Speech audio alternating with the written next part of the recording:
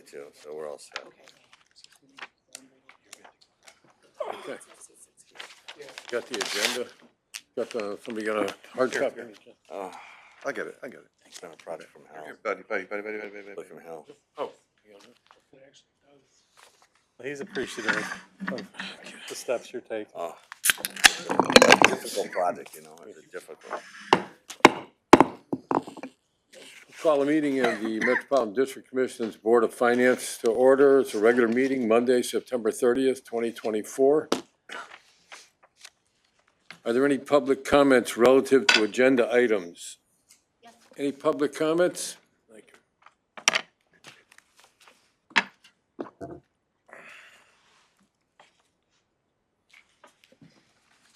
Judy Allen, West Hartford. Near the end of the budget information, there's the tables comparing water rates, and this is always concerned me because it's easy to manipulate numbers to get what results you're looking for. A supplemental chart, that's what it's called. Aquarian has different rates depending on what division you are in. They did not list all the rates for the numerous divisions, but I could not find a Topstone division on their website. The chart says that Connecticut water rates are $8.55. Their website shows various rates depending on where you live. Most are $8.18, but there are others ranging from $4.20 to $7.85. The chart says that Rural Water Authority rate is 503, and their website says 502.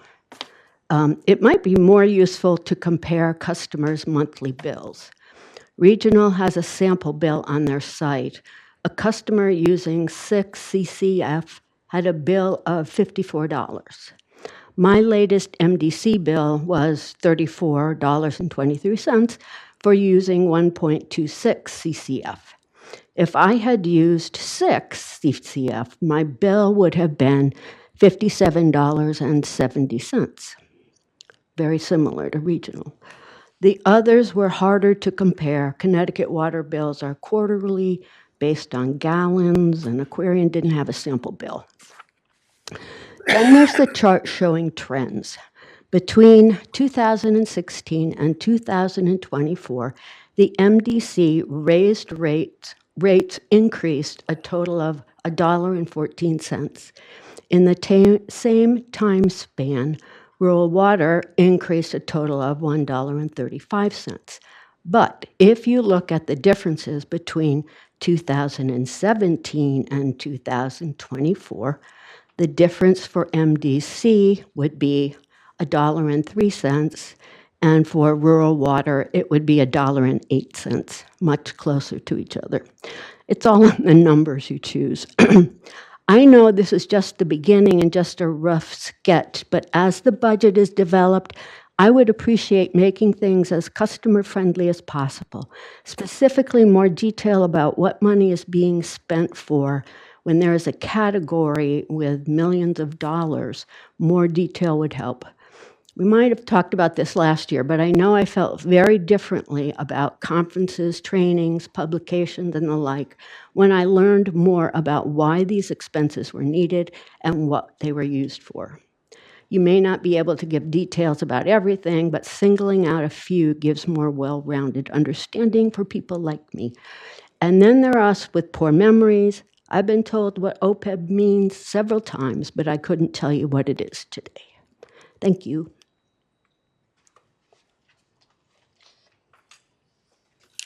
Are there any other public comments relative to agenda items?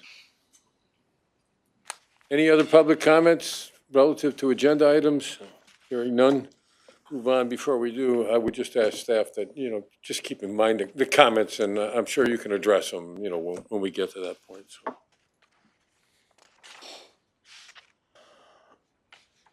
Item number 3, approval of the minutes of August 26, 2024. So moved. Adam. Second. Motion's been made and seconded. Are there any additions, deletions, corrections to the minutes of August 26th? Hearing none. All in favor of accepting the minutes as presented signify by saying aye. Aye.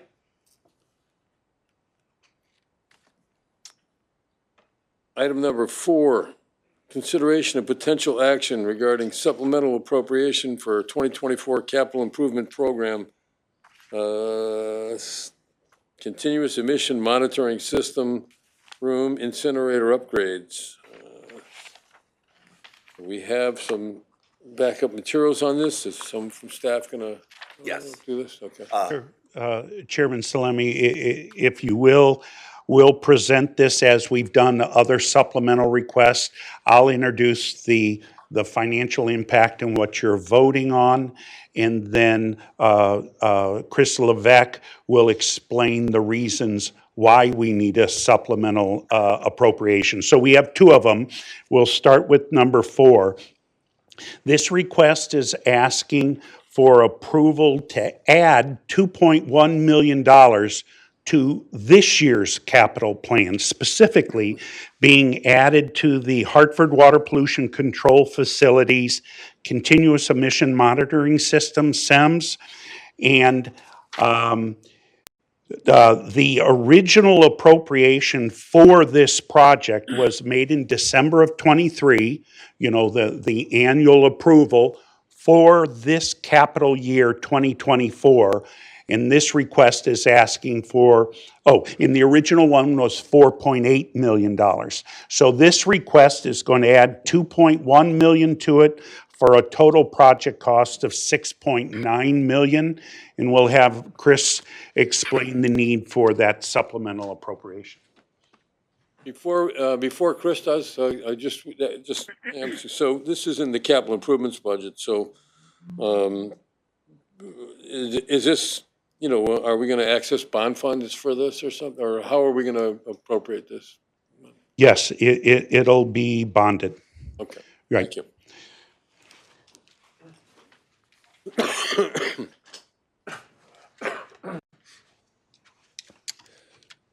Chris Levesque with the MDC. Just to give a little summary of this project, we've, as many already know, we are currently right now improving the incinerators with a continuous emission monitoring system. We did have a budget back in 2016 for work pertaining to our air permit related to the incinerators. As you recall, there was some discussion previously on, is the incinerators considered old installation, new installation? We move forward. We've been working with EPA to ensure that we're meeting all the current new standards, which Tom and his team are doing an excellent job. For our air emissions related to this, one of the requirements that EPA had for us was to install a continuous emission monitoring system. So this is the SIM. So what we are proposing to do is eliminating the 2016 budget, which it was a sort of a standalone, and then we had the most recent one for the 2.8. What we're looking to do is close the 2016 and then incrementally put the increase the 2023 authorization to encompass the full work that we have to do for this continuous emission monitoring system.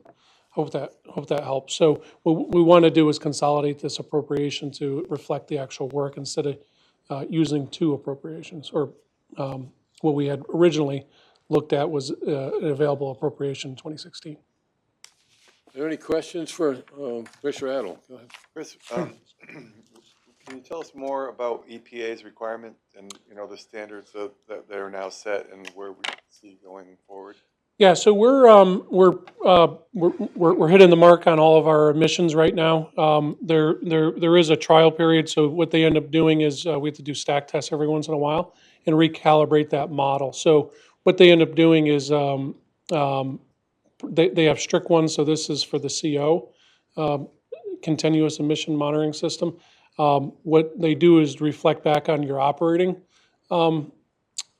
parameters and for other emissions as well. So that's part of bringing all this in. But Tom and his team are doing an awesome job.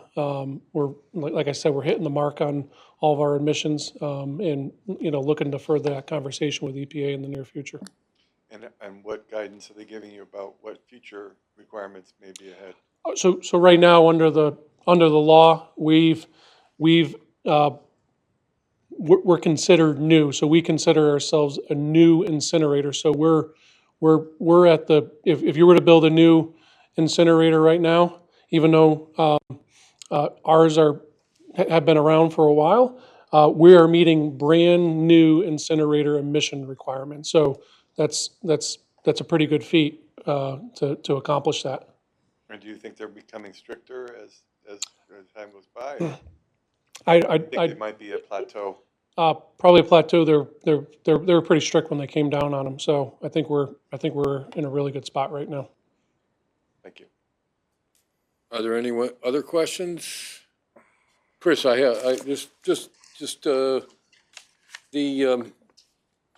question is about basically the lifespan, the expected lifespan of this equipment. So does it kind of match up with the incinerator itself, or does this stuff typically have shorter lifespans? You have to replace it more often, or is this going to be there for a while? And So this is the continuous emission monitoring system. So this is a standalone system. So some HVAC, some gas tanks, and I'm probably not doing it justice, Tom, but it is a standalone system separate from the incinerator. So the incinerators are doing their thing, right? This equipment sits off to the side, and it's meant to monitor the performance of the incinerator. So like anything, it's a big facility. Processing wastewater is not easy. It's a harsh environment. There will be rehabilitation, and then obviously O&M to maintain the gases, those type of things for calibration. So yeah, we anticipate having calibrations, but it's like anything that you're required to monitor. It's in with our SCADA system that we monitor this. So yeah, there will always be O&M costs related to this, but it is a standalone system separate from the incinerators. no, I understand that. I just questioning it's, the expected lifespan of the testing equipment, and that if it matches up with the other equipment that it's testing. I mean, does this have longer lifespans or shorter lifespans, or is it just basically, does it match up with what the equipment that's testing? I mean, I understand it has to be recalibrated. Any testing equipment's got to get checked on that. I'm just talking about the major portion of the equipment itself. So Yeah, the major when's the ductwork. next time we're going to have to Yeah, buy the- this equipment, I guess? Yeah, the piping and everything, that's going to stay around for a while. We anticipate replacing sensors, analyzers, those type of thing within the equipment, because those tend to require rebuild or replacement at a later. But the majority of the system is going to be set in place. A lot of it's piping, ductwork, fans, those type of things. So Okay. Is there any other questions for Chris? Okay, I have something for Bob, just quickly, so. Sure. So Bob, the bonding that's going to be used for this, because is this going to be the GO bonds? Yes. It's on the sewer side, so I assume it's going to be, Well, right. Sewer or water, or even what we call combined, like the elevators here, are shared between sewer and water. All of those are general obligation. The revenue bonds are being issued exclusively for the clean water projects, but these will be GO. that's what I question. asked about, yeah. So, okay. You have anything else on this, Bob, or? No, nothing. I'll just stay up here for the next one, though. Okay, yeah, for number After the 5, vote. do we need action on this? Yes, somebody should make a motion to approve the resolution. Okay, so is there a motion to approve? Second. Did you get that? Yes. Okay, all right. So there's motion and second, all in favor of the item number 4, signify by saying aye. Aye. Any opposed? Any abstentions? Hearing none, motion carries unanimously. Item number 5, consideration potential action regarding supplemental appropriation for a 2022 capital improvement program, Hartford Hospital area water main replacement. Thank you. I just to remind, just as the last one was voting to increase this year's capital appropriation, this number 5 agenda item is voting to increase 2022's capital improvement program by $2.4 million, specifically for the Hartford area water main replacement. The original appropriation for the 2022 capital year was $7.1 million for this project. Adding the 2.4 supplemental will make it $9.5 million for this project. And I guess Chris will tell us the reasons why.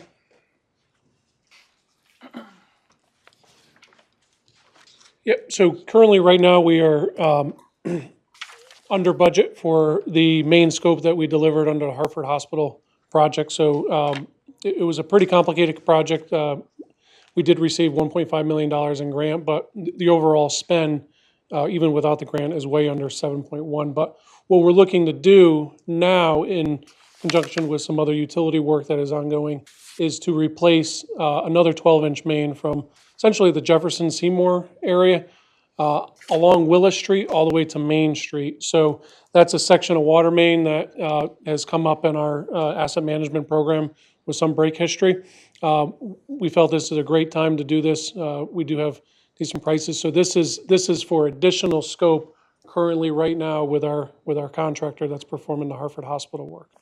And we're also going to make provisions for further water main replacement. The water main in that area is fairly, it's of age, put it this way. It's so it's come up for replacement in the asset management program. So this is for additional scope to the original. Yes, yeah. So we're wrapping up the main scope right now with the contractor for all the water main replacement around the Hartford Hospital area. This is an extension of that to replace additional water main. I have to say that it must be a multi-phased project because I have to spend a lot more time than I really would like to at Hartford Hospital personally. And I mean, every time you drive by, especially Jefferson Street, there's like a new project. It looks like another part of the project. So it's been going on for quite a while. When did it actually start? And do you have the expected, end date for the work right there at Hartford Hospital? Yeah, we started at the end of 2020, beginning of 23. We had an extensive pre-work there where we met with the Hartford Hospital officials, put the plan together because, as you can imagine, maintaining services in there, providing redundant services for the hospital so we can maintain services at all time, including domestic and fire at all those facilities. And then we progressed through. We were limited in some periods of when we can work. We did a combination of night work, day work, 410s, different hours to work around the hospital's schedule. But the work was actually fairly extensive. It encompassed the entire hospital campus in that area, and replacing all those services. And right now, a lot of the work that's being associated was with the Children's Hospital expansion, as well as the garage that's occurring right now over on Washington. But we're going to be away from that. And then this additional work is may not know, Eversource has a good amount of work that's coming through the city. They have 2 large transmission line replacements throughout the city. This is trying to get out ahead of them as well. So getting this to add this to our contractor's contract. So I understand that the expansion to the Children's Hospital, we already did some work in Washington Street and so forth. So, but I'm just curious about when the work at Hartford Hospital itself might end, when it might be completed. So we're wrapped up with all the services now. And this, yeah, and it's essentially restoration work. There's pretty extensive concrete road base. So we wanted to use this as our second pilot project with the city of Hartford to utilize this as an example to eliminate the concrete road base, but we weren't successful in making that argument. So one of the things that we have to do, and as you're probably well aware, when you put the concrete road base, it's a time, sort of a time sink process where it's very cumbersome. You have the road plate, everything. So that's what we've been out there, I think probably over the last 2 months now, doing just concrete road base and pavement restoration. So, but the restoration work is wrapping up, so this would be more than likely executable work for late winter, early spring for the contractor to do Willis. When this is complete, are we gonna do the, like, curb-to-curb paving, repaving of Jefferson and the other streets in the area where we've been taking it up? Yeah, in conjunction with the city's paving schedule. So that's one thing that we tried to line up, and then there's other areas that we worked with the hospital as well. So like any of our projects, we meet with the city officials or town officials and define the limits of paving prior to, and come to an agreement on where we're gonna be at the end of the project.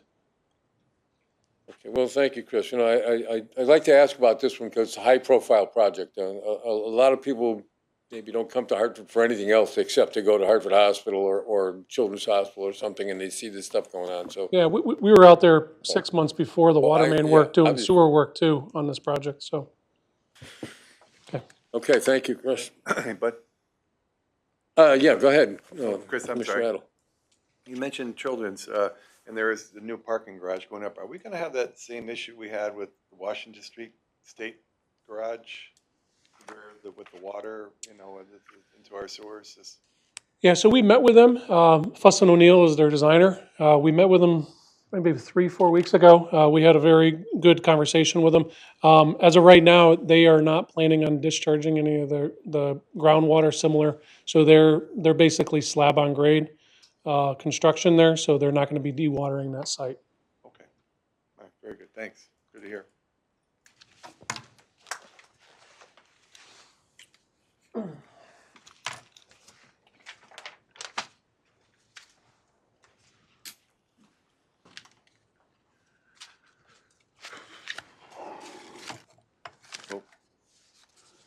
But go ahead, Bob. Oh, okay. We had the vote to approve the supplemental already? Not yet. Oh. Somebody wants to make a motion to approve. Motion. the item. Second. Are there any further questions before we cast this vote? Okay. All in favor signify by saying aye. Aye. Any opposed? Any abstentions? Hearing none, motion carries. Bob, the only question we had was on the bond language. Again, if you could just, you know, this is going to be revenue bonds, or is this going to be funded with revenue bonds? This also is GO, Yeah. right, general obligations. Okay. Well, move on to item number 6, discussion overview of the 2025 district budget. Yes, and Mr. Chair, if I may, I'd like to introduce a couple of people to the Board of Finance Committee, and then hopefully I'll have the opportunity to introduce them to the full board. But we have Sharice Rogers. Sharice, would you stand up? Sharice was recently promoted to Budget Manager. Sharice has a Bachelor of Science and MBA. She's been with us since February of 2015 in the Budget Department, and we're thrilled that she's accepted the role as our Budget Manager, and she's responsible for a lot of what you'll be seeing this evening. In addition, we have Michael Moore that's been on board with us for the last couple of weeks.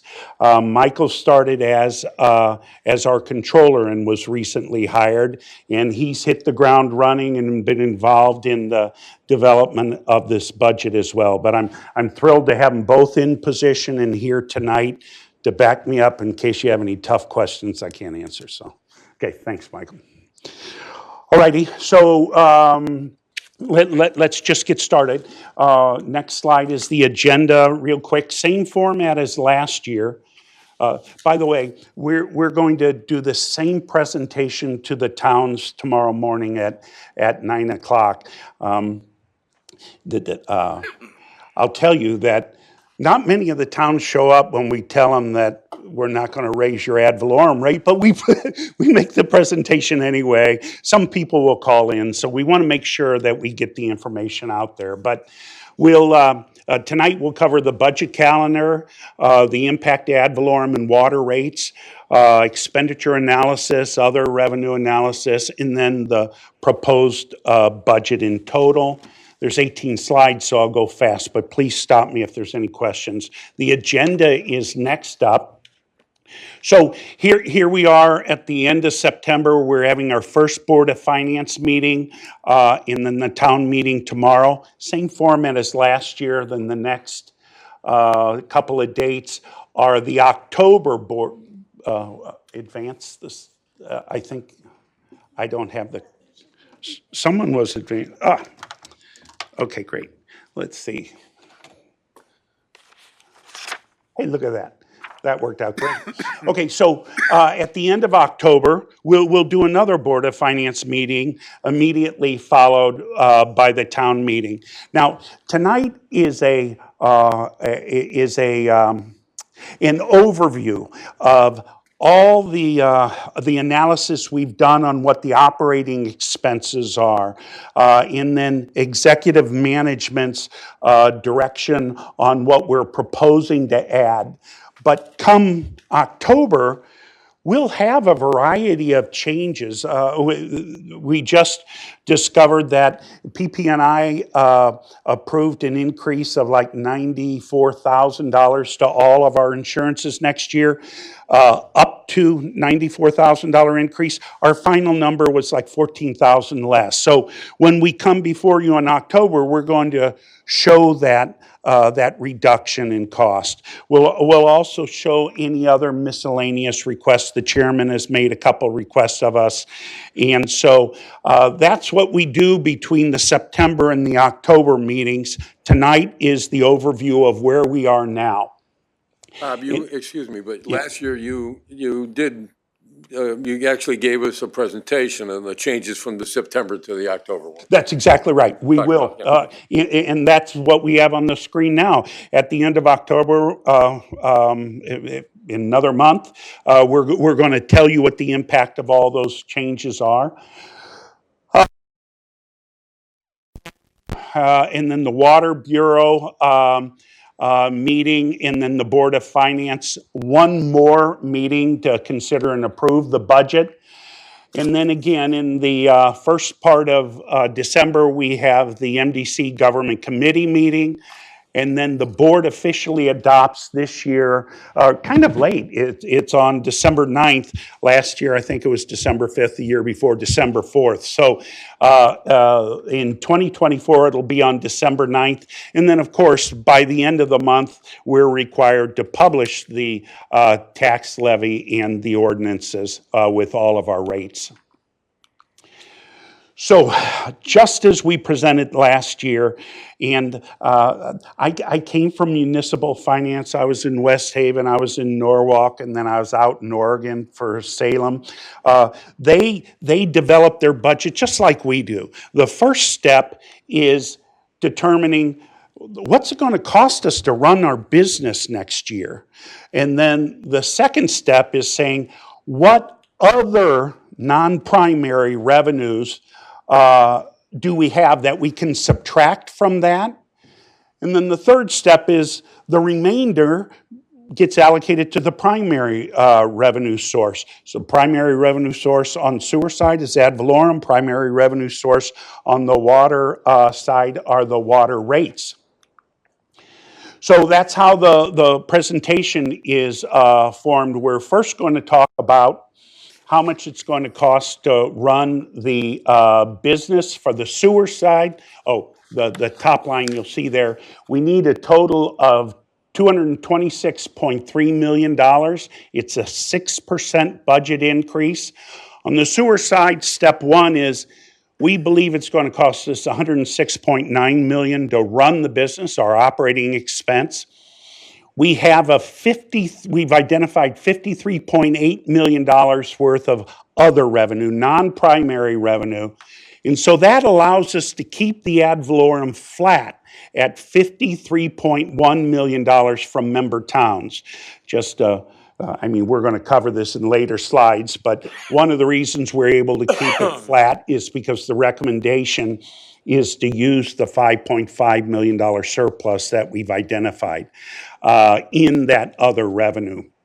So we're showing in the member towns ad valorem is proposed to have a 0% or no increase. So, well, we determined that it's going to cost about $119.4 million to run the business, our OPEX, our operating expense.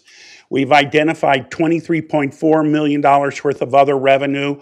So we need to collect $96 million from water sales. Now that's a 5% increase, and we're going to, in later slides, tell you what type of increase that's going to be to the water rate. So, it's not other slides, it's right here. So we have our water, that $96 million. The first two bullets is the consumption side. Water consumption, we're increasing from 17.7 million to 18.3 million CCFs, about 3.7% increase. The water rate is proposed to go to $3.91. That's up from the current $3.80. So it's an 11 cent per CCF increase, which is 2.9%, times the 18.3 million new consumption is going to give us 71.7 million of that 96 million. But we also have water service charges, domestic, commercial, and industrial and the like, that total about 24.3 million. If you add the 71.7 and the 24.3, we've raised the 96 million that we need to collect from water sales. So what percent increase? Well, if you go to the bottom line, it's $12.8 million more next year that we're proposing in operating expense than what you've approved for the current year. The current year, you've approved about $213.5 million, and next year we're proposing $226.3 million. That's how we come up with the 12.8. So I sorted this slide from, hey, what's the biggest expense, year-over-year expense, down to what's the lowest year-over-year expense. So as you can see at the top, our debt, the $80 million worth of debt that I issued last month, that is raised, its first payment is due in 2025, so I have to include the debt service payment. That's what's driving $5.2 million of the $12.8 million increase. The next one is employee benefits at 3.1, other miscellaneous expenditures at 3 million, payroll, OPEB, pension, they're all listed there, but I got a slide for each one of these, so we'll go in. But let's start off with debt because that's the biggest item. So a net increase due to this year's general obligation bond issue, whose first payment is due next year. The lion's share of that $80 million we raised was for water projects.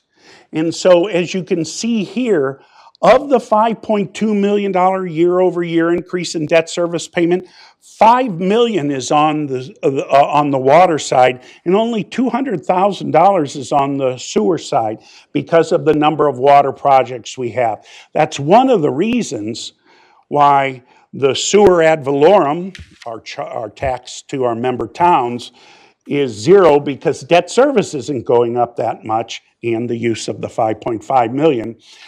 And one of the reasons why we're proposing an 11 cent increase in the water rate from 380 to 391, because we just added to our $5 million worth of debt service for all those projects that we borrowed for this year.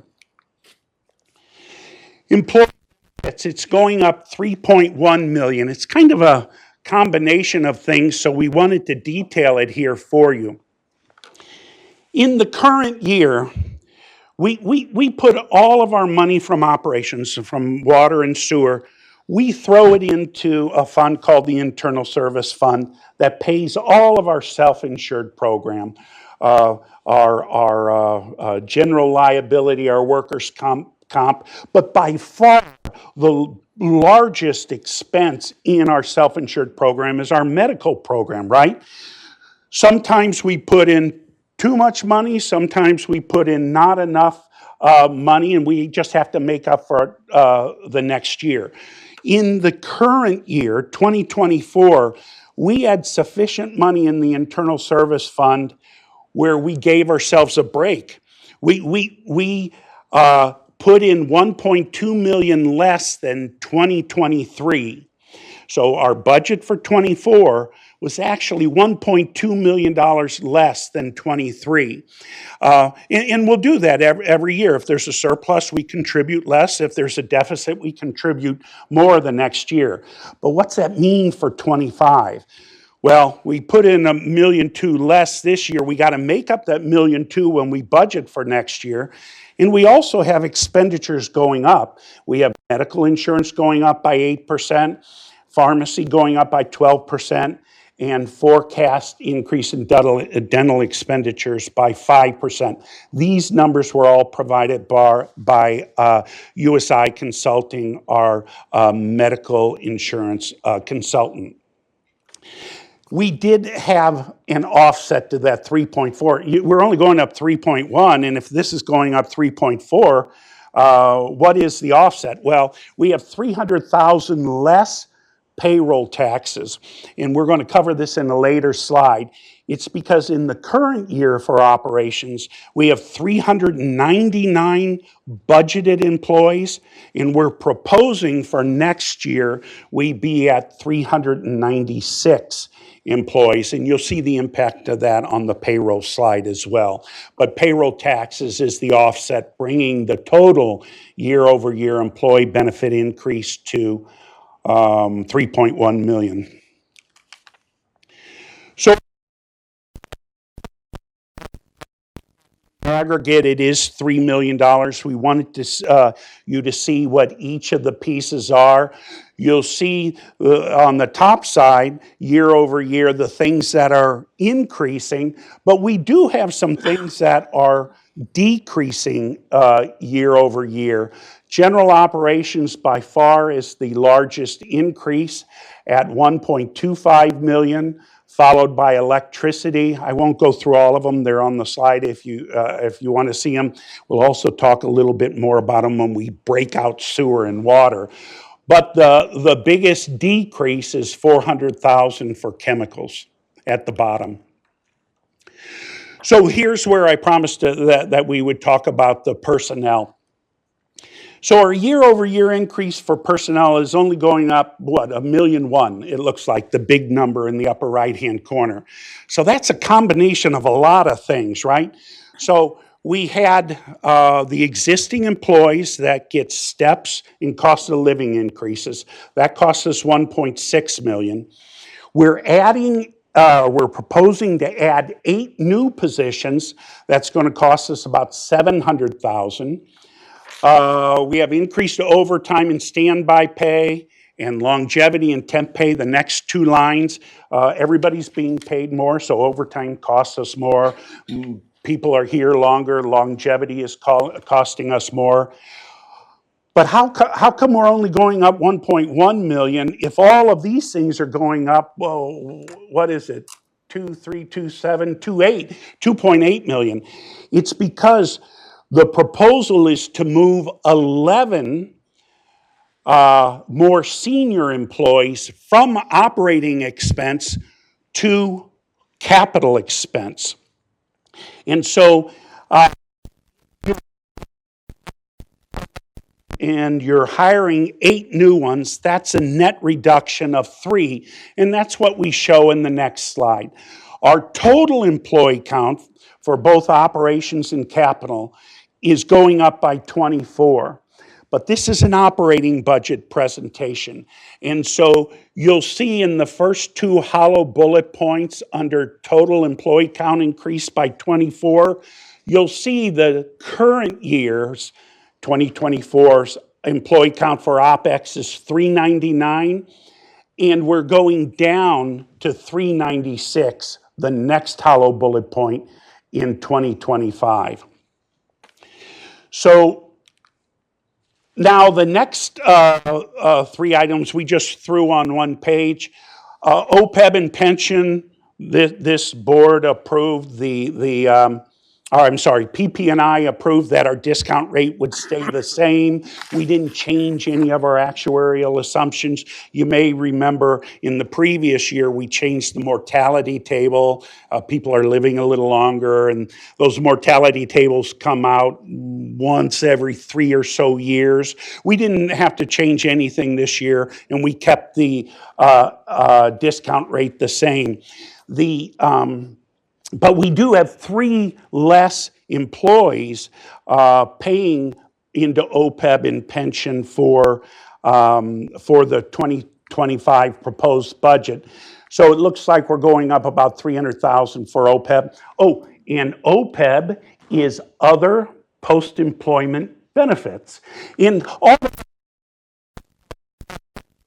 We promise a pension payment based on your income and your number of years of service, but OPEB is the other promises. The other promises primarily health insurance.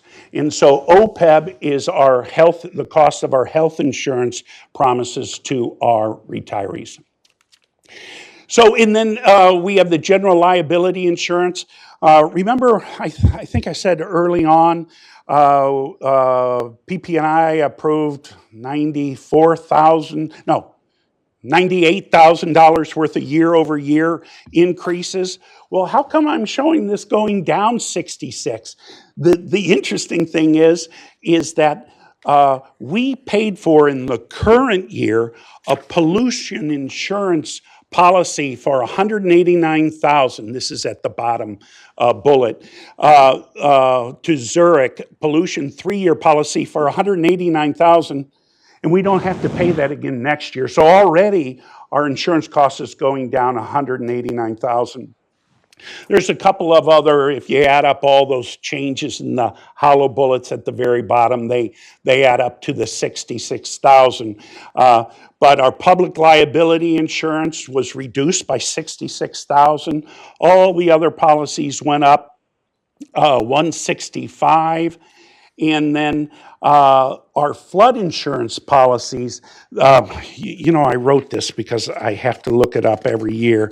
The National Flood Insurance Program, NFIP, it's mandated by Congress but administered by FEMA. We have no control over what the rates are in any given year. We wait for FEMA to tell us what the rates are for our 36 policies. So those 36 policies increased by $23,000. So we just finished step 1. Yeah, Bob, before you move on to revenue back on expenditures, I want to make sure that I understand this correct, and everybody does. So if we can just back up for a second to the total employee count. Sure. So you had 2024 employee count of 399 plus 48 of the CAPEX. So our total employee count for 2024 was 447? Current year, yes. Okay, we actually have that many people working for us, or is that? Well, I'm glad you brought that up. It's a changeable number because of retirements and everything. We budget for a full complement all 12 months for every budgeted position. But invariably, we are going to have vacancies. Someone leaves, it takes us a couple months to hire someone else. But what Scott had asked me to say a couple of years ago, I know I said it, is when I was on the municipal side, we'd have a $200 million budget, and we would have a contingency of at least 2%, we would have $4 million set aside in unallocated contingency. What's unallocated contingency? It's not for the sewer master plan or the water master plan. Those are allocated contingencies. This is unallocated contingencies in case we don't meet our revenue targets. We need to have raised enough money to run the operations. Or what if our expenses were significantly higher than we anticipated? You can't go back to the well and collect more money than you did. But here at the MDC, we have no unallocated contingency. The only budget relief we have is the dollars that we pick up by unfilled positions, and in this case, the 447. And I think this committee, but also the board, has asked Jamie to present every month how we're doing against what our budgeted positions are. Here are the vacancies. Here are the number of hires. Here are the number of retirees. So, yes, getting back to your question is the 447 how many we have? And the answer is no. The 447 is how many positions we budgeted for the current year, and then the additional 24, 471, I think I remember that right. The additional 24 for next year is how many we'll budget for next year. My question has to do with, and not for tonight, Bob. I mean, obviously, you got to present a more detailed budget. My point is, looking down the road, that we'll have a way to identify what the unspent portion of the approved amount for salaries was, and then at some point, I don't know if an average number works better than the highest number of active employees, lowest number during the year, highest, lowest during the year. So maybe there were 429 at the most, and then it would drop back to 400. But something like some sort of indication of where we got to during the year. Okay. That's all I'm asking for. You know, everybody understands it's a fungible number. Yeah. Because of retirements and so forth. You know, when open positions, we're waiting for somebody to leave actually, and I understand how that works.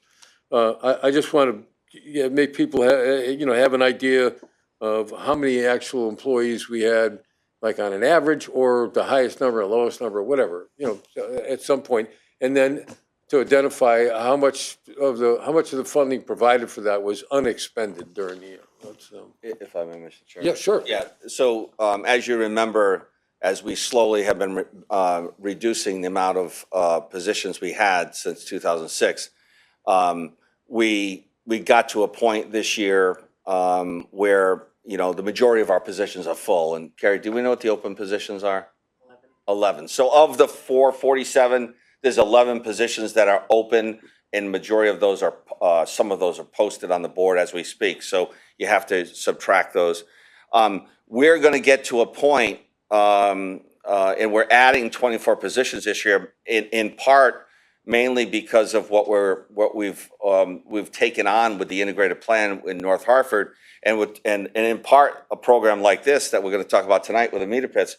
So but we are in a position where the MDC no longer has 30 or 40 vacancies, like in the early or late 2005, 6, 7, 8, you had multiple positions that were vacant. We don't have that anymore. So a very small percentage of our positions are vacant. They're being filled or posted. But Jamie is reporting on that as part of her report to PP&I. Yeah, and I think I understand that too. I think there was a point at which, and I think the members of the board, if you at least take a look at the meeting with the towns, there was a point at which I was recounting to our chairman just recently, where Scott was our brand new CEO, and Chuck Shannon just left, and we met with the towns, and Scott really needed like a suit of armor because there were people throwing stuff at him about how we had too many employees. They told Scott that we had to get rid of like 30 people immediately in order to get the ad valorem down. So, you know, the subject of how many employees we have and what they're doing, you know, calculating what's the average salary of one of our employees and saying, whoa, gee, that's higher than the town's. These are things that we lived with before. Scott knows exactly what I'm talking about. So. And I just want to just. They weren't fun, so I Yeah. think I just want to make sure that we have these, that we have the numbers, and you know, I don't expect it to come up. We've had a lot better relationship with the towns in recent years, and I think there's good reasons for it, because we've addressed, I think, all of their concerns, but just to make sure that we always have those numbers available if somebody asks them. That's the only reason I'm asking for that. Perfect. And I'm satisfied, Bob. You can move on to your next issue. I'm satisfied with that. Andy, go ahead. Actually, this is kind of a dumb question, Bob, so can you explain a little bit more about the difference between an operating expense and a capital expense, the category of employee? Sure. Globally, we consider the MDC operations to be our water and our sewer operations. And so how do we raise money to pay the employees in water and sewer? Well, on the sewer side, we raise money through ad valorem, our tax to our member towns. And on the water side, we raise money through the water rate, okay? But capital, those people we hire to ensure that our capital projects are done, they're actually charged to each of the projects. And then when you give me permission to go borrow money to pay for those projects, the debt service is then paid for from water and sewer operations. And so when we're approving an operating budget, all you're seeing is the impact in what we're proposing tonight for 2025 is those 396 people, how much they cost. Those are the people necessary just to get the projects done, and those projects, we fund those through borrowing. So that's kind of the big picture of how we're paying for that.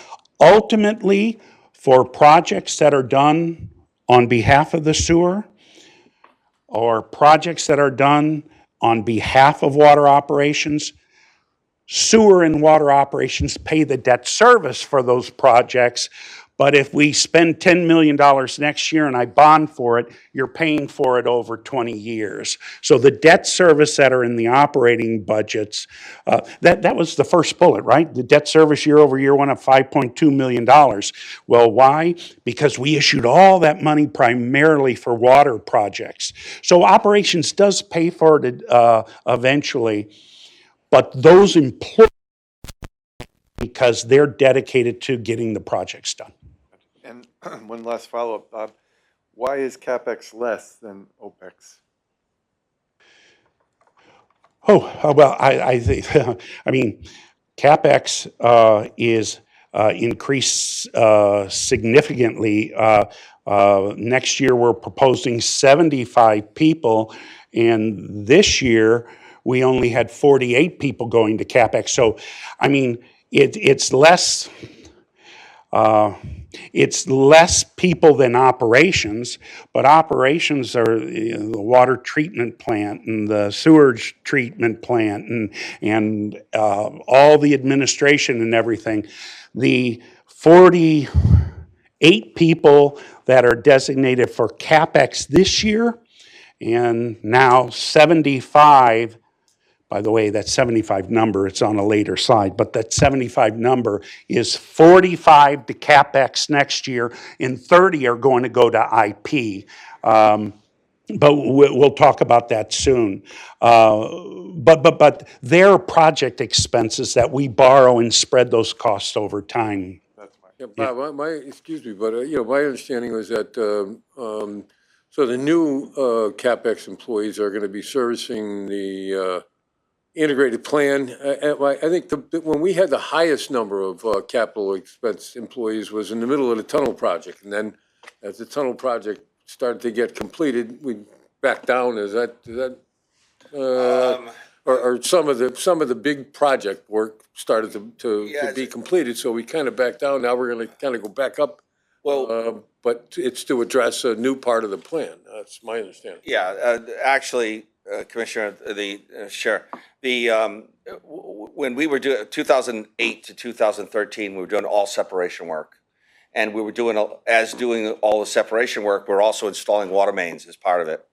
So we were using more consultants that were capitalized as part of the project to do the work.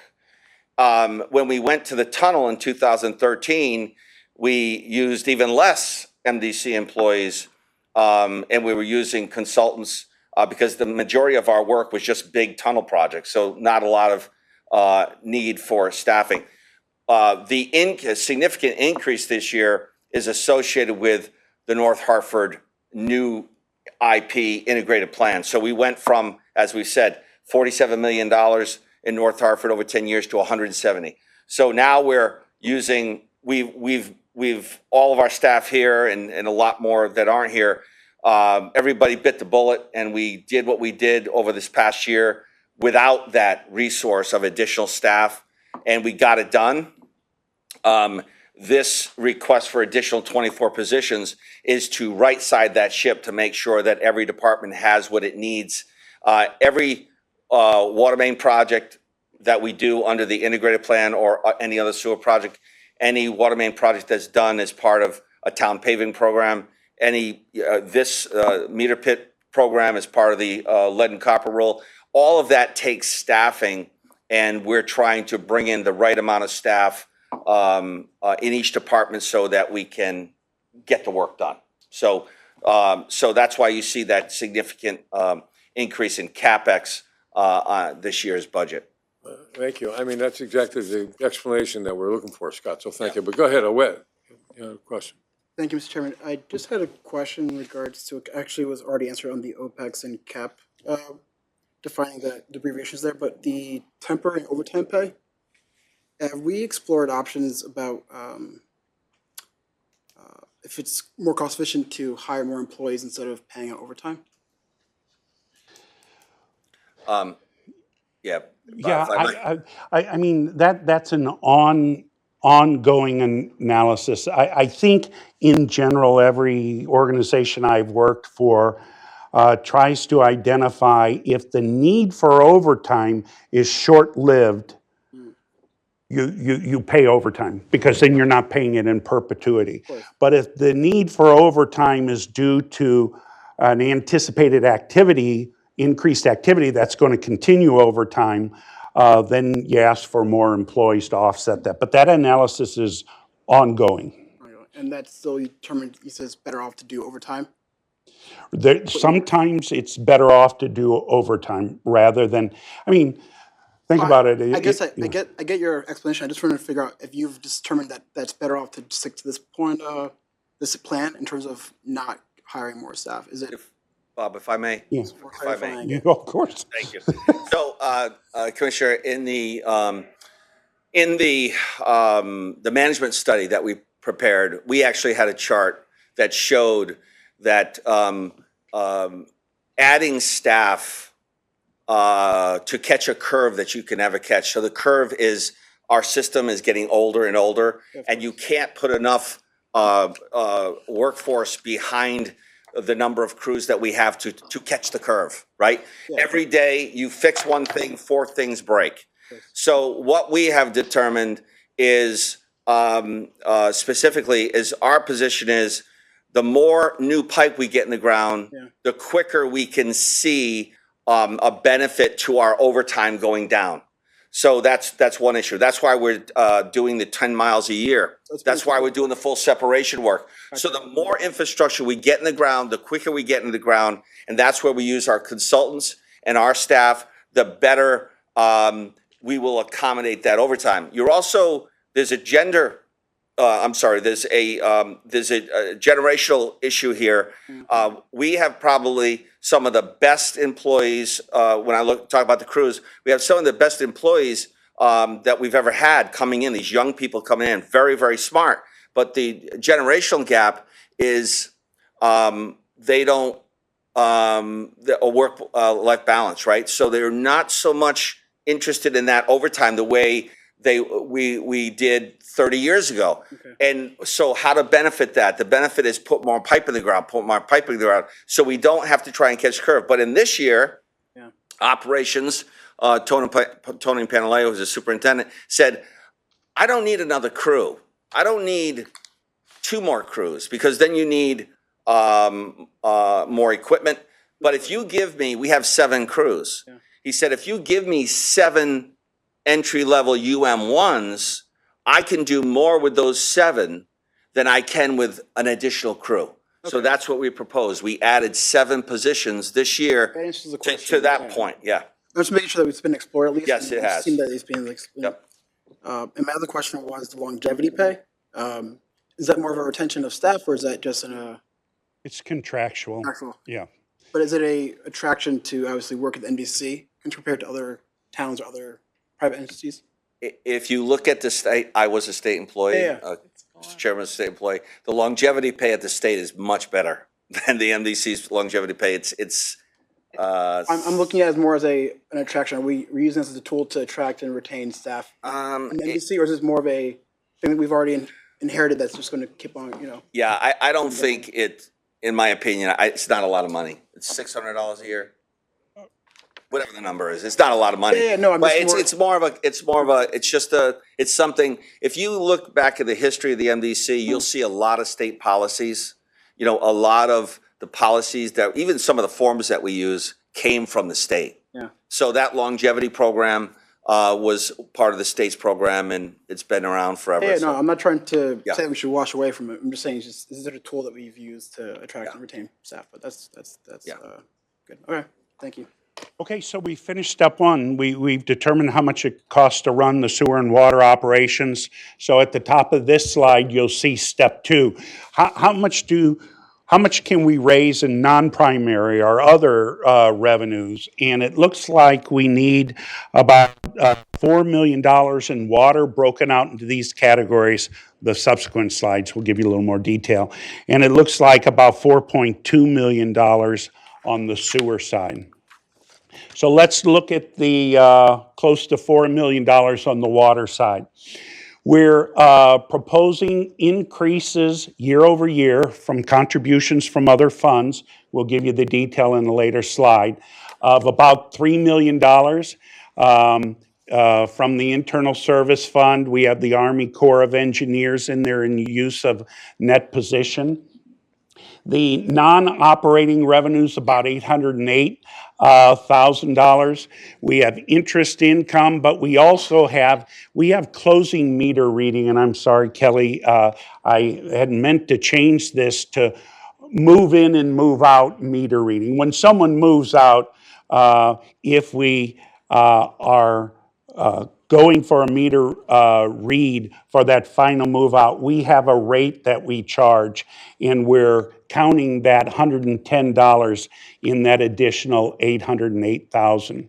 We also have hydrant maintenance that's being proposed to increase from $155 to $165. That's giving us $115,000 incremental revenue. And Bob, I'm sorry, this is important, because that $115,000 gets sent as a bill to the towns, not to anybody else. The towns pay that. But we have been watching our rates and comparing our rates to Mrs. Allen's questions for years, and we're trying to right side our cost of service. The majority of the water companies are charging $180 some odd for maintenance of hydrants, and we were very low for years, and we're trying to bring that number back up to where it should be. But remember this, when it comes to the water rates, to Mrs. Allen's question, our rate is what it is, and their rate is what it is. And yes, they have different rates for different areas of their community. Connecticut Water, we use the rate that they have, the $8 and change, because that's in South Windsor, and we serve South Windsor, and they serve South Windsor. So we're comparing apples and apples, right? And if you live in South Windsor, here's what the rate is. But Connecticut Water and Regional, they charge about $10 million in change, 10% of their water revenue comes from the fire charge. So they don't charge just for fire hydrants. They charge per lineal foot of pipe in your town. So for example, we're only charging about 1.5%, roughly. And so we only charge the hydrant charge to the towns. We don't charge per lineal foot of pipe. So it's important to note that if you took the logic of only charging for hydrants and you applied it to regional, or you applied it to Connecticut Water, they would have to apply approximately $8 million to their water rate charge. So they're supplementing, even though they're higher than we are, they're supplementing in mitigating increase to a higher level, a higher cost by charging their towns for custom fire service charges for all the pipes in their towns. So it's very important. We felt that we need to get that number to where it should be. We're proposing another 0% increase in Avalorum, so we felt it was fair at this point to raise that rate at $10 per hydrant. I'd like to just to add a little to that, because we did go through this Yes, we a did. couple years ago. We went through this in a big way with the member towns and so forth. And I think what you have to keep in mind too is that, so Connecticut Water Company is a for-profit water company. And when they're in the other towns, they're not in our towns, they're in other towns, their equipment is taxed the same way that Eversource's wires and towers and poles and everything are taxed by the town. So, this is a way of offsetting the tax that they have to pay. They're charging, by the foot of pipe. We have, our member towns, we don't pay taxes. That's the agreement that we have. We don't pay taxes to member towns. So we haven't ever charged them for that because our equipment is not taxed. But there's actual maintenance service that's being applied to a fire hydrant. So it's not just sitting there with value that somebody could tax. There's actually work being done on it annually. It has to be turned on and flushed, and everything on it has to be checked, and sometimes it has to be repaired or parts have to be replaced. So that's the difference. Connecticut Water Company and other water companies in the state don't have the agreement that we have unless they're a public company the way that we are about taxes. So go ahead, Bob. And excuse me, Alan, could you just take over for a second? I'm just going to, I'll be right back. So that's the $4 million other revenue for water. Here's the $4.2 million other revenue for sewer. We have in other governmental agencies, we're showing an increase in sludge revenue. The monthly report that Scott sends out, he's always talking about how we're beating our sludge revenue target. That's one of the reasons for favorable variances on the sewer side. Well, we're incorporating that into our estimate for next year as an increase in sludge revenue. Another big, when we're talking about, remember the 5.5 million surplus from the 2023 budget? The big drivers of that 5.5 million were increased sludge revenue and increased sewer user charge revenue, specifically from high flow users and the Bradley and East Granby accounts. So we're getting greater than budget revenue this year, but we're incorporating it into next year's budget because we know we're going to be getting that. Small increases in other revenues and a decrease in the contribution from other funds. And like I said, we detail that on a subsequent slide. So this is everything we've talked about. First step, determine how much it costs to run the business. Second step, let's subtract the other revenue. And then the third step is, what are we allocating on the sewer side to ad valorem? You'll see it on the red in the left, 0 or no increase. And in yellow on the right, it's the same $53.1 million that we're proposing to collect on the sewer side. Well, the next bullet point on the left says, what about the water sales? It's going up 5% in total. We talked about the consumption increase, but the water rate itself is going to $3.91 or 11-cent increase, which is 2.9%. And the water service charges are essentially flat at $24.3 million. So you add up those items for sewer and water, and you have a $226.3 million budget proposed for next year, or a 6% increase. So just as we wrap up the final slides, debt service rose 6.4% due to this year's $80 million that we raised. Employee benefits increased by a significant amount. It's because we had to make up for what we shorted this year and the natural year-over-year increases. The employee count in total is going up 24 employees, but OpEx is going down 3 and CapEx is going up 27. The pension contribution increased about 2%, and OPEB about 3.9%. We already talked about the assumptions not changing. Electricity costs rose about 16.8%. The electricity rate that was negotiated is about 10% of that, but remember, that's just the generation. The balance is our estimate on the increased costs for the delivery. And so here's where I promised to detail the contributions from the other funds. The sewer is getting money from, I think I said it at the very beginning, is getting money from the sewer fund balance, $5.5 million. That's the surplus we've identified.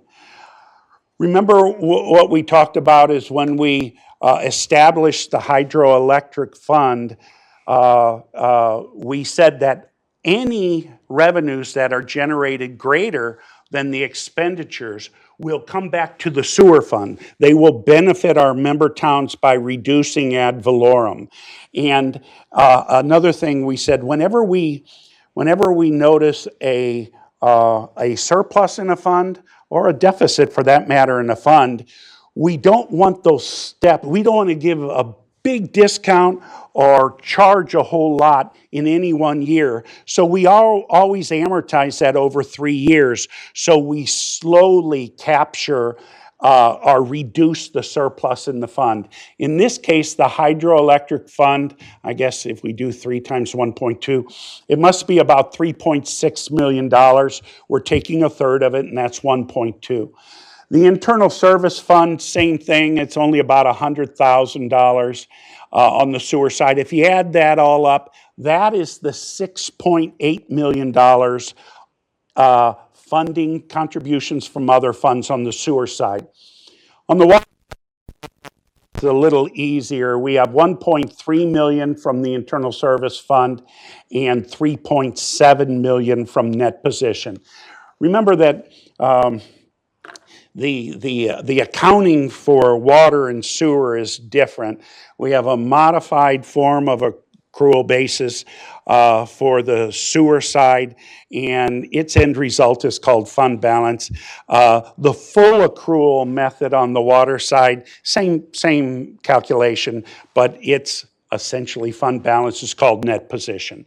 And so that's why you'll see sewer fund balance on the top for the sewer side, but water net position on the bottom for the water side. So I've said this before, though, all these slides were the drum roll. Here's the symbol. What's it going to mean to our customers' bill? Well, we've said that we would have an 11-cent increase to the water rate. And last year, we proposed for the Clean Water Project charge. In 2022, we presented to DEEP and then presented to the board a list of rates that we thought we'd have for the next 30 years for the Clean Water Project charge. Last year, when we came before you in July and presented the IP plan, we said, if you approve this, with all of our reprioritization of all of the projects, we will not only hit that 2022 presentation for a clean water project charge, but I think we can keep it at 10 cents under what we had presented in 2022. Well, fast forward another year, and it looks like we're still going to be 10 cents under what we presented to DEEP in 2022, and that is the $4.57, an increase of 24 cents. So the water rate going up 11 cents per CCF, the clean water project charge going up 24 cents, that's a total of 35 cents per CCF. Historically, what we presented before you is an average residential consumption of 100. It just made the math easier, right? 100 CCFs by the average residential consumer in a year times 35 cents is a $35 total year-over-year increase in cost. Now, the engineering folks on the third floor say, you know, Bob, the real average for a residential user is only about 80 CCFs, but I didn't want to lower the average CCF usage this year and have people think I'm trying to hide the increase. We are truly proposing to increase the clean water project charge by 24 cents, and we are truly proposing to increase the water rate by 11 cents. That's a 35 cent per CCF increase.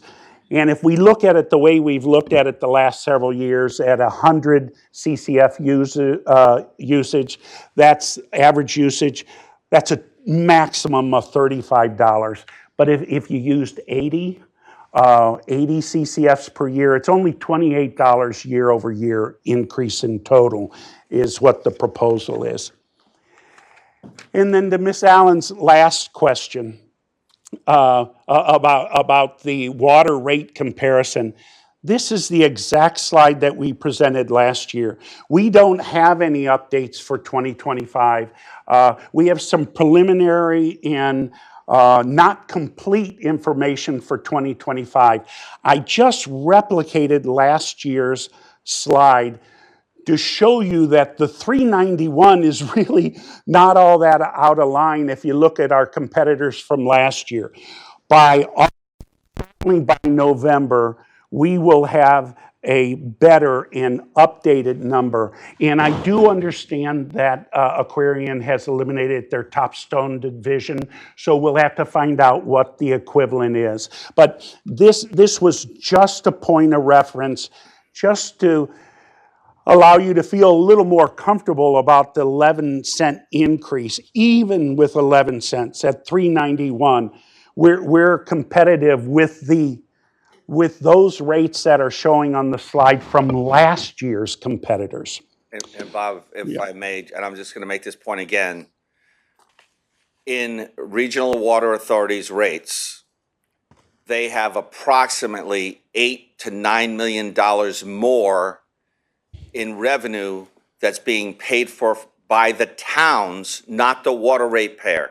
So therefore, if they charged the way we charge just for hydrants, they would have to increase their rate by that amount. And to the next point, if we charged the way regional water authority charged by charging per lineal foot of pipe, assuming that our pipes are about the same distance in these towns, and we increased our revenue and charged the towns 10% of our budget, which would be about an additional 8 to 9 million, we could lower our water rate by 44 cents. So when you talk about comparing apples and oranges, I understand Mrs. Allen's point, but I've been making this point for a number of years. We do not charge. They are supplementing their water rate by charging the towns for more fire protection. Yes, they pay taxes, but at the end of the day, the water customer is paying the bill. So whether you call it fire protection or whether you call it the water rate, the end result is the water customers paying the taxes and paying the water bill. So to my point, if we charged the way Regional charged on fire protection, we could lower our water rate to our customers by 44 cents. And the tax is just another expenditure that they gotta cover. They gotta pay. They gotta pay, so they just drive it up. The only other thing I would say is that the Connecticut Water Company, rate that you show there, I mean, maybe, the other ones are what they are, but the Connecticut Water Company has different service areas and different charges.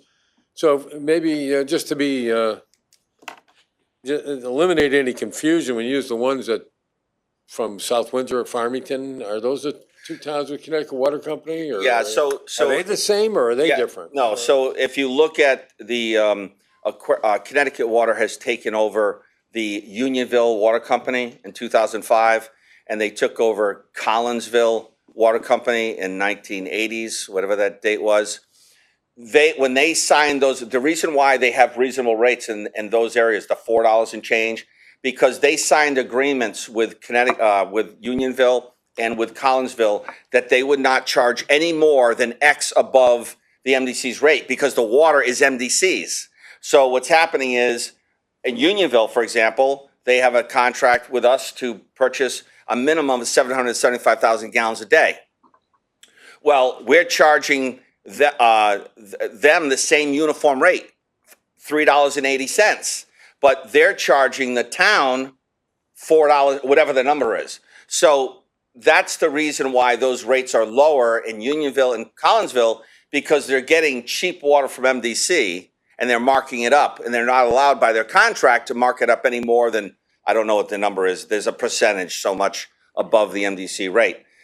So that's why you see those anomalies in Connecticut Water and Aquarion's rates when they're getting water from us, and then they're upcharging the town that they're serving.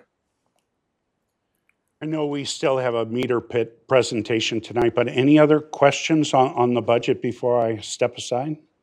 Go ahead, Commissioner. Thank you, Mr. Chairman, Commissioner Curry. First, I'd like to thank Judy for throwing out all those high numbers. But Bob, I'm correct, we haven't had a water increase in 3 years. That's right. So now we're talking about $11 a year for water, Right. which really it comes out to $2.75 each of 4 years, or 23 cents a month for each of 4 years, compounded up to the 2025 proposal, give or take. Yeah, it's very small. And it's worth noting, thanks for bringing that up. Remember when we dropped the rate to 380? We dropped it from 409. So over 2 years ago, we dropped it from 409, and now we're not even going up to the prior rate. We're going, what is that, about halfway in between, so. Okay, the only question I have for you is, could you tell us, and I was pleasantly surprised that the ad valorem fee is staying stable. What was the key component to allowing that to happen? Well, it's the $5.5 million surplus from last year. And that makes sense, right? I mean, a budget is only a guess. If you bring in more money than you anticipate, it should immediately benefit the next year. And that's what we've incorporated into this budget. The $5.5 million, I think it was on one of the slides, I think 2.2 came from sludge revenue over plan. 2.7 million came from sewer user charges. Those are the high flow in the Bradley Airport. And I think there's another one that I wrote down. But the primary driver was, $500,000 from septage. And so it was primarily is that we had more revenue than we anticipated coming in next year. And so this budget proposal proposes to give it right back, to take the pressure off. I mean, we did have increases, right? The employees all got contractual raises. The OPEB and pension promises all increased. We have large increases, but they were offset by the $5.5 million. And those unanticipated increases in revenue went into the ad valorem rate stabilization fund and then into eventually funding the ad valorem? Well, they went into the fund balance. The fund balance policy says that anything over 35% of your unallocated fund balance as a percentage of the total revenues you collect in a year is a surplus. And we had 40.9. The fund balance policy then goes on to say that the district board will determine what to do with that 5.5 million. Currently, because the surplus was generated from revenues greater than expenses, currently it's in our fund balance, but the district board decides on what to do with it. This proposal is saying we can afford to keep ad valorem flat if we utilize the 5.5 million to offset that. My question is, do we need to use the entire 5.5 million to do that?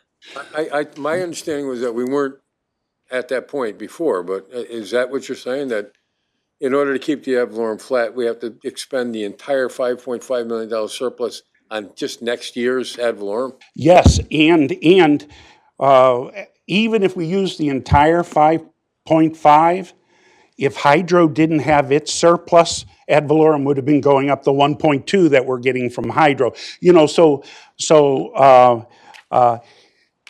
if the board elects not to use the entire 5.5, for example, ad valorem will go up by the amount that you elect not to use. So if you only want to use 3.5 instead of 5.5, then ad valorem, the towns will be paying the $2 million more for next year's budget. But this is just the proposal. I understand, but as you said before, you know, you occasionally take these surpluses or deficits and amortize them over 3 years, and you know, instead of all in 1 year, and that may be something that the board wants to look at or whatever. But I think that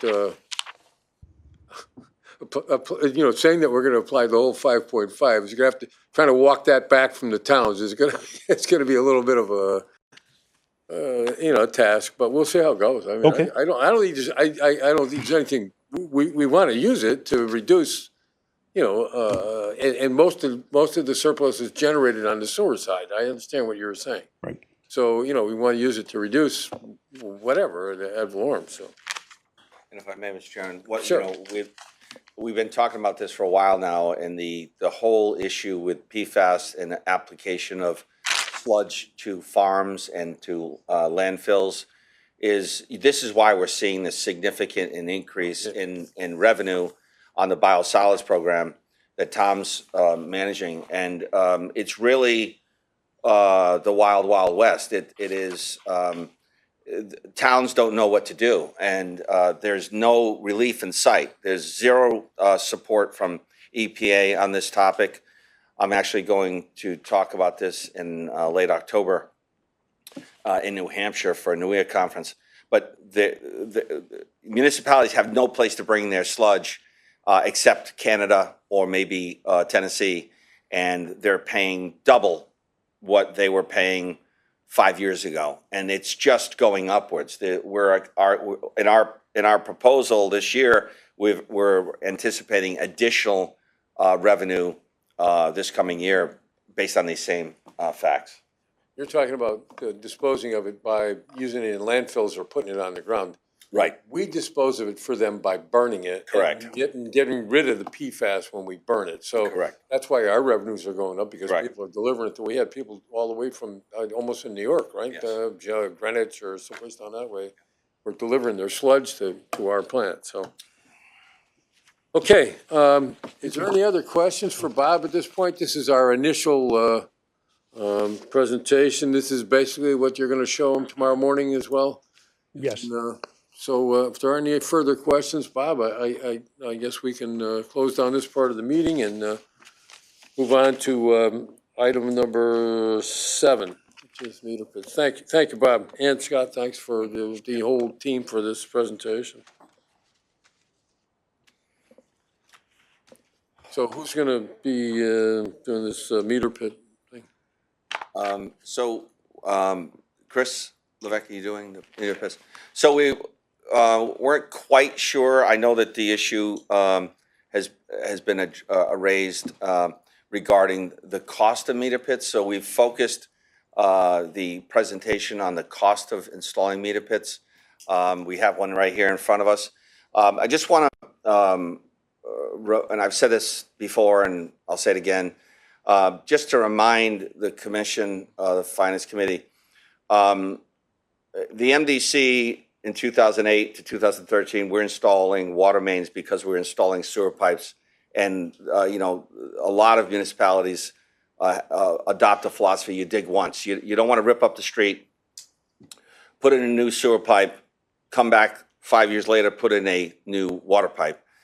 We also have to worry about the paving programs. Chris mentioned that a little earlier on the hospital project. We're not just coordinating our own projects, we're coordinating the paving program associated with the town. We're dealing with that on Wickham Hill right now, so it's very complicated to coordinate all these different entities.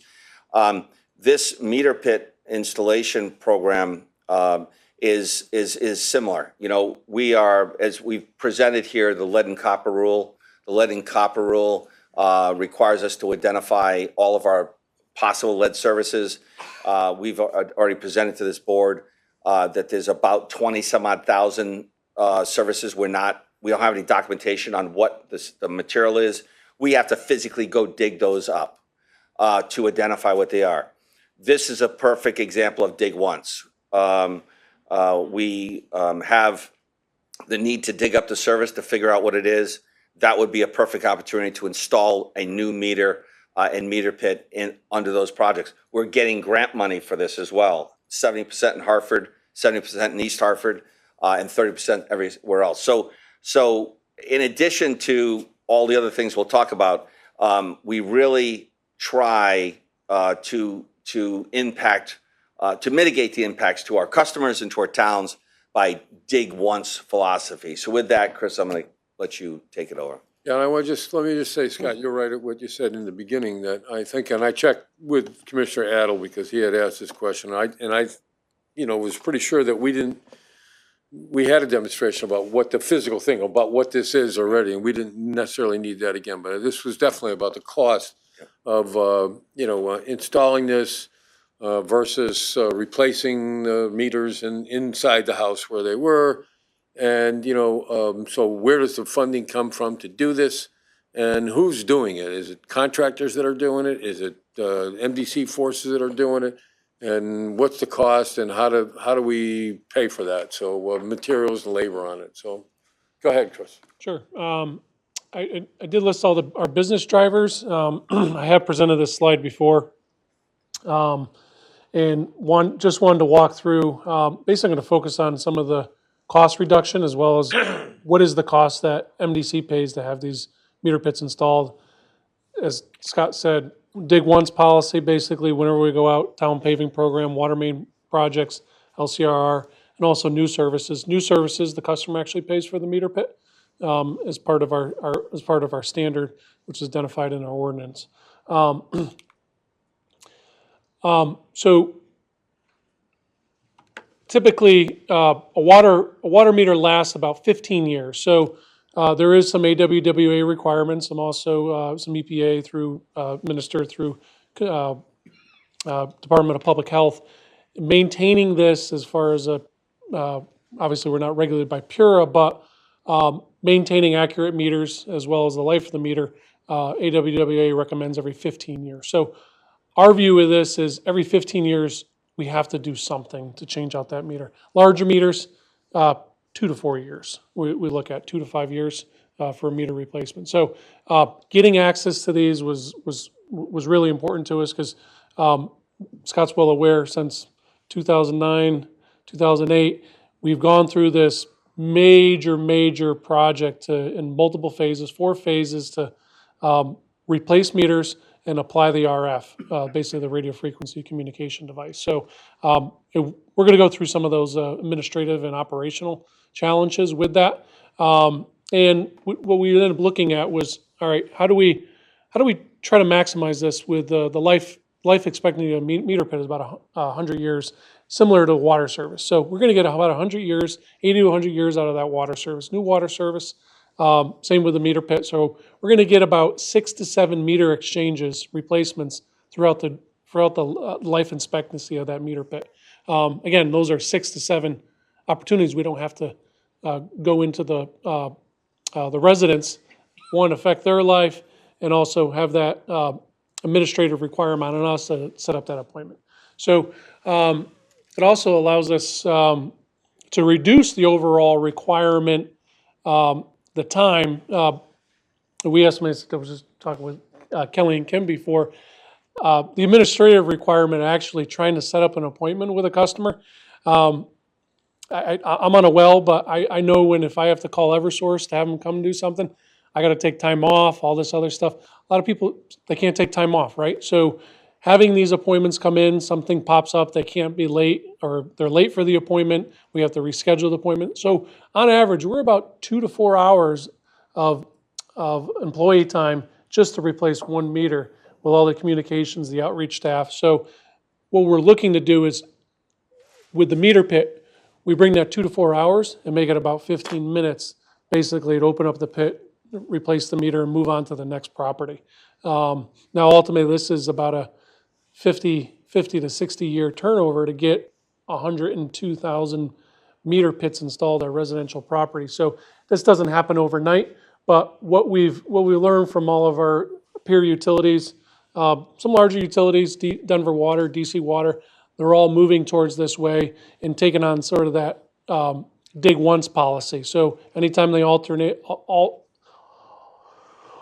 a water service, whether it's a contractor or us, the own utility, they're looking to put the meter pit in. So Chris, again, let me- that logic is there. Yeah, just a question here, and this has to, but, I think what you're suggesting is that you could spend 2 hours, 2 to 4 hours, trying to contact somebody about getting in their house to change a meter. I mean, what happened with mine, it was about 15 minutes because somebody called me and said, you got to replace the meter. And of course, yeah, I'm a It doesn't member take of long the once you're in MDC, there, so I yeah. understand. So Yeah. I said, okay, but you're suggesting that there's no time required to if it's a meter pit? Because that's what you said, well, it's just 15 minutes to, I mean, is there anybody, you still have to notify the homeowner, yep, and yeah, somebody so- still has to, you may still have to get permission to do this depending on the location of where this is. I mean, it may very well be on private property, so. In that, hi, I'm Julian Tinsley. I'm the meter supervisor down at the yard. But in that, we honestly, once we move the meter out into the pit, we can knock on the door, but we can change the meter in like 10 to 15 minutes. And we honestly don't have to notify them. We just have to notify them, let them know. If they're not there, we can still change that meter out, have the meter back on with no interruption to the homeowner. You know what I mean? Well, I understand, but it's still 15 minutes without water. Somebody's got to notify the homeowner before you actually do this. So there's still some way that, a time that has to be expended to notify the homeowner. Maybe not 2 to 4 hours, but Yeah. somebody's got to make sure they got a hold of them. Yeah. Because you could knock on the door, if nobody answers, it doesn't mean nobody's home and you can turn the water off. You have to make sure that they know their water's gonna be off. I mean, for whatever reason. Chairman, if I may, Yeah. just to add, going back to 2008, remember, we started this in 2006. We actually executed phase 1 in 2008, and phase 2, phase 3, and now phase 4. And if you remember those projects, and I think we have a slide here that we can go through and show the amount of effort. So it might only take 15 minutes to call you to tell you that your meter needs to be installed, but the amount of manpower, womanpower, effort between Jay and customer service, Kim, and all the other staff to actually plan that exercise takes months. And so if you look at the meter installation, 2008, phase 1 through 4, we were talking about a $5 million project, and we're talking about, the meter itself is less than $100. So when you're installing 30,000 meters all at once, because you can't do it any other way. It takes an enormous amount of communication with the town, with the local police department, with the board. This board has reviewed the letters so there's lots of effort. But yes, you might only take 15 minutes to make that communication, but the amount of administrative effort to actually get to the point, it only takes 15 minutes on a customer service call center from South Carolina. All of those things that we did to make the project successful, we don't want to have to repeat every 15 years. And now, with the way we've installed the meter pits based on the change in ordinance, now our staff can do this. We don't need a contractor anymore. You know, we used to we would do 35,000 blocks of meter pits, and those contractors did that work. And we had our outreach teams, we had, supervisors supervising, but now all of this work can be done by our staff, and we don't have to wait until crisis management happens and wait until 15 years go by and then try to replace 30,000 meters all at once. This will be an ongoing maintenance issue. Jay, you want to say something? Well, the biggest thing is a lot of people don't want you in their homes either. So now we know there's no more need to go into your home. We change the meter out front. We don't need to go in. A lot of people, that's one of the biggest things, especially with COVID just passing. That was one of our biggest, a lot of people, well, my father said. Listen, I understand that. I think, well, all I was trying to say is that it looks like you're comparing apples and oranges here. So Yeah. you got one situation where you got to get in the house, and, Yeah. and sometimes it's easy, sometimes it's not, but you're doing mass replace. We're talking about replacing meters, not installing meter pits. We're just talking about replacing meters right now. Correct. So, as far as being able to replace a meter in a meter pit where you don't have to go in the house, but you still have to turn the water off. So there's still contact that has to be made. It's not zero. There's still some contact that has to be made with. That's the only point that I was trying to make with that. So in the future, it would be easier if all you had to do was change the meter in a meter pit. There's no question about it. And the suggestion is that over time, as Scott mentioned, it took us years to replace all 100,000 meters. It took us, because they all had to be replaced. We did large amounts each year, 30,000 in one year and 20,000 the next or whatever. So we did all of that. So I think what we're interested in understanding is the cost of installing this meter pit versus the cost of going in the house and changing the meter in the house. We all understand that there are benefits to having this meter pit that extend beyond the benefit of being a lesser cost to just put a new meter in the house. We understand that. But what is the cost for installing a meter pit? I think that's what we were trying to, and where do we get the funding for doing that? You say that we get, more funding in Hartford and East Hartford than we do in other towns. But, so where's the funding coming from that? And what is the actual cost to install this? If we can get to that, I think we can get this part.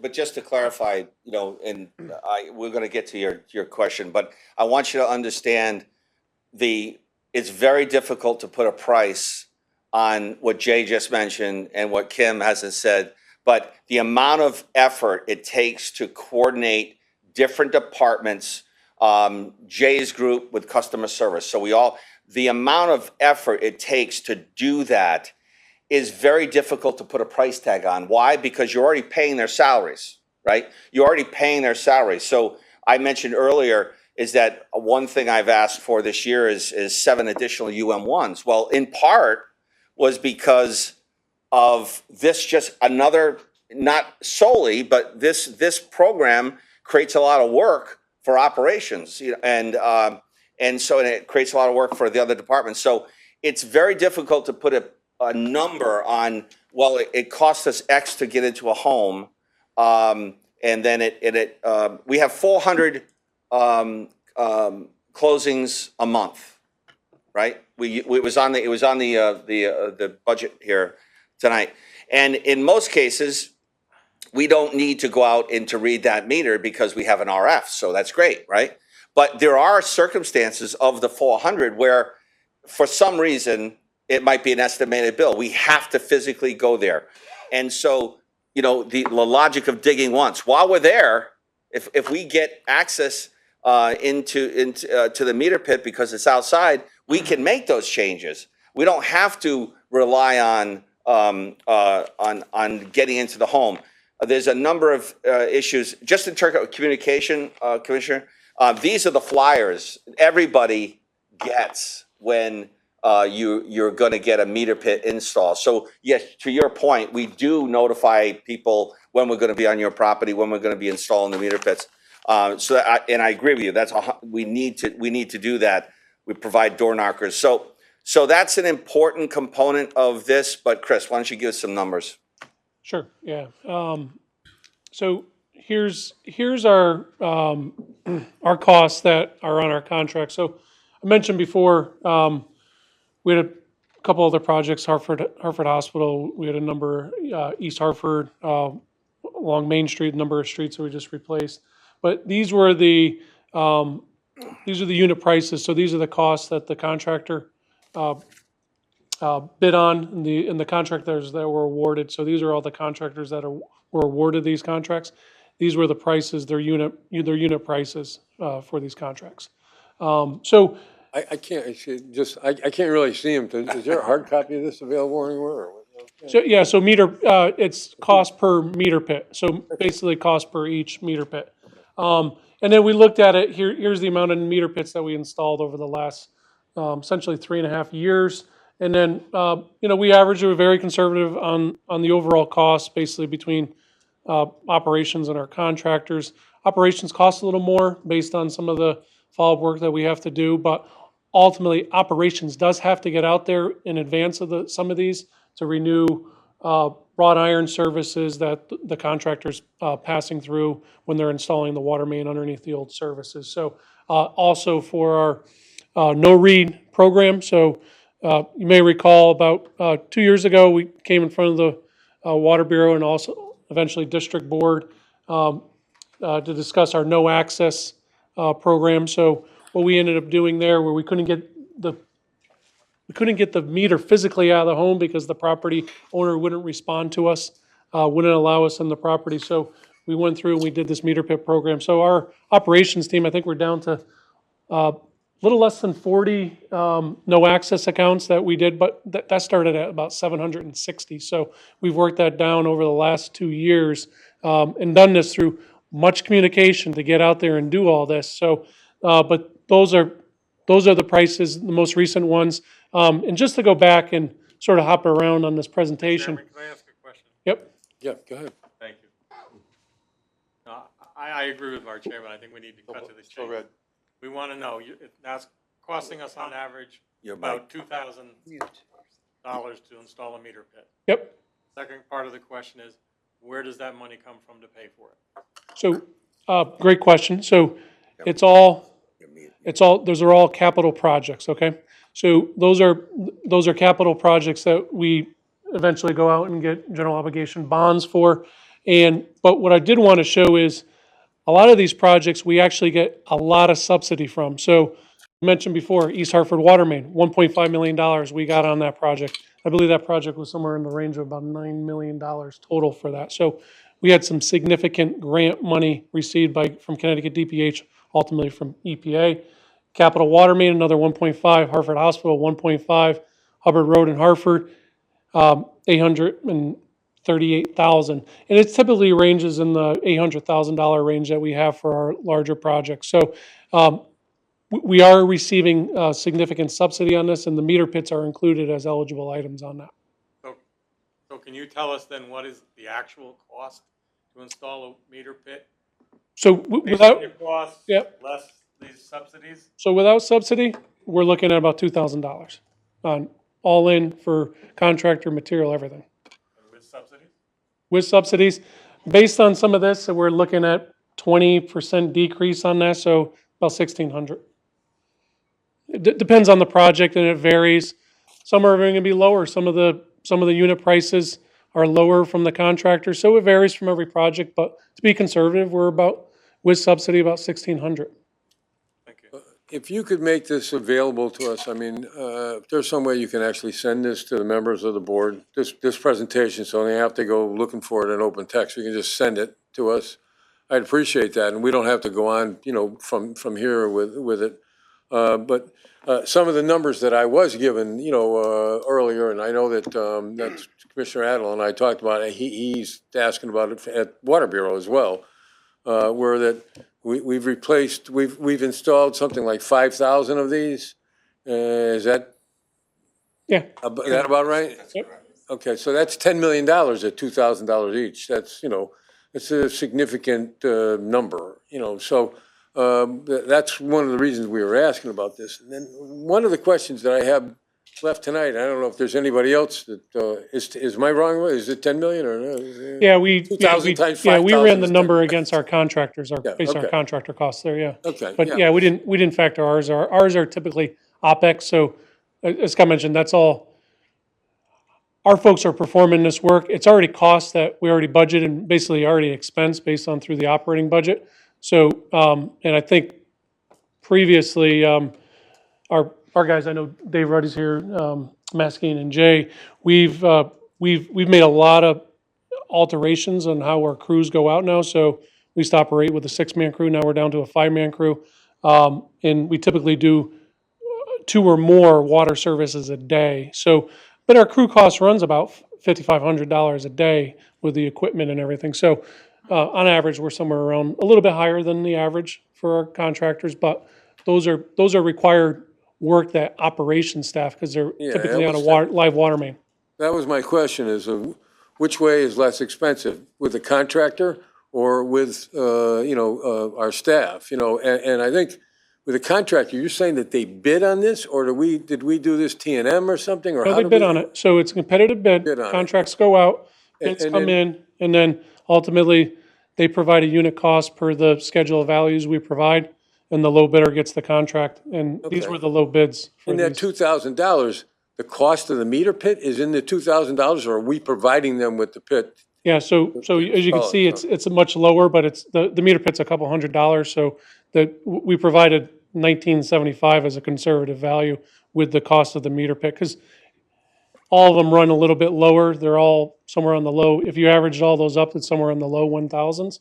A couple $100 for the pit, essentially $1,975. But if I may, Mr. Chairman. Yeah, sure. You got to remember, you're comparing apples and oranges here with operational staff doing this work versus contractors. Contractors, we spend 18 months designing the project, right?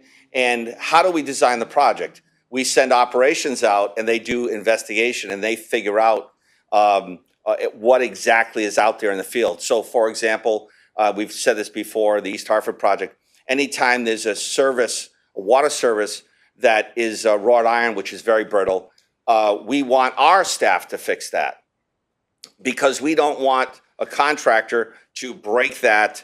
And so our staff's out there. They might take more time to do this work, but they're also doing investigative work that actually the engineers use to design the project. So the operational staff is out doing lots of things every day, and every time, dig once, every time we have a problem, they might be, for example, addressing a sewer lateral that collapsed in the right-of-way, and while we're there, let's put in a meter pit. So it's that kind of logic, and that's where operations has done about half, a little less than half of the 5,000. But it's more expensive because they're doing different things than just putting in a meter pit. And then the other thing is important to note is that all of the costs associated with operations doing this work is already budgeted. It's not extra. It's in your payroll. It's what you're going to approve this coming year. The budget, the operational payroll is X, and no matter what the staff does, that 2,102 meter pits is built into that number. It didn't cost you an extra penny, except for the material. And the question was, so when a contractor does it, is it a capital expense, or is it an operational It's a expense? capital expense. So when we bring what we call B11 forms to the board, we ask for appropriations, authorizations to spend, every year, and we'll bring a bunch of projects to you, water, sewer, and now IP, integrated plan. In those projects, you will have a certain percentage of those line items will be meter pits. And then all of that work will be capitalized, and that's why we benefit by doing it that way, because we're actually getting roughly 20% grant from DPH. And specifically, as it relates to, if you think about 20,000 under the lead and copper rule, if we think that there's 20,000 services that have to be dug up, so we can tell what kind of pipe it is, this is a perfect example of what we're going to do. We're going to dig it up. We're already there. We're already messing up the lawn. We're already dealing with sidewalks. We're going to put this in, and it's going to solve a problem for the future. We're looking to the future. We don't want to. When I came here in 2006, we had 45,000 estimated bills, all because we couldn't get into the basements. If you understand, and everybody does, the gas meter and the electric meter are on the outside of your house, not on the inside. We're trying to move forward in the 21st century to not have to spend our effort in trying to get into the home. It's really important. It allows us, we talk about how does MDC do more with less? Well, this is another example of a tool that you're giving the MDC employee so that you don't have to do something different to get into that home. We didn't even talk about, we have a lot of snowbirds, a lot of people that go to Florida. And we have a lot of abandoned homes that the meter freezes and we can't get into the house. It's locked. We have access to the meter pit. There's so many benefits to this besides the obvious, and the cost. At some point, the cost is you got to have the right infrastructure. If we want to be a premier water company, recognized across the country as the premier water company, which we are, you got to invest in your infrastructure, and this is a major component. And Jay is running for mayor, so he wants to say. No, I apologize. One more thing. Just there's a shut off out in the front of everybody's yard. So I send guys out to shut the water off. Somebody will call, say, hey, I have a plumber coming to change a valve. We go out there, we attempt to shut the water off. It doesn't happen, I would say probably 30% of the time I'll send somebody. You got to understand, a lot of these shutoffs in the ground have not been operated in 15, 20 years. We go to get on, there's a rod that sticks up. They get on the rod. Sometimes the rod is hard. Sometimes it'll shut off, and sometimes it won't. Now we have to dig it up. We got to dig it up. So now once you put this meter pit in, not only is there another shutoff there, there's two more inside there now. So now the guys don't even use the shutoff out on the outside. Now they open up the meter pit. There's two shutoffs in there. You can shut off either one. It will kill the water to the property, and the issue's resolved. But again, when the homeowner calls, and I'll have to give it to Matt. Matt's our construction guy. I'll say, Matt, listen, and we got to put it out too. We're so like 2 or 3 weeks behind. I'll explain to the homeowner, listen, they call a plumber out to change the valve doesn't work. I'll say, listen, this is what we'll do for you. We'll put a meter pit out, we'll pull the meter out, and when I send my guy out, we'll replace that valve for you at our cost. I think Go ahead. I think everybody, at least I guess I can only speak for myself, but I think that most people understood that this was, like a plan, like Scott says, plan for the future, to try to deal with it. I don't think there was any question about that. I think the question really is about the cost of doing it, and not that the cost is prohibitive or anything, but it's just in the course of a year, how much money are we spending on this, and where's it coming from? Those were the questions, Gotcha. I got you. and I think if you can make this presentation, like I said, available to members of the Board of Finance, I think that everybody can get a really good look at it.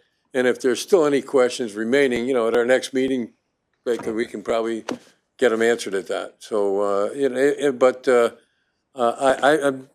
my understanding is that, a lot of people that asked about it said, well, what's the average cost? And so, I $2,000, okay, I think that there were people that thought that it was more than that, but even at $2,000, and we've installed thousands of them, so we're talking about millions of dollars. So I think the question was, a legitimate question is, where did the money come from? How exactly did we spend it? We spent it on bid work, half of it on bid work, or A little more than half. maybe a little more than half on bid work, and the other half on operational, which was already in the budget. So that's a pretty good answer. If you've got something to say, go ahead. But I do, think that, yeah. you know, So Jay and I, as employees, most employees are not trying to add more work to an already gigantic amount of work that we have daily.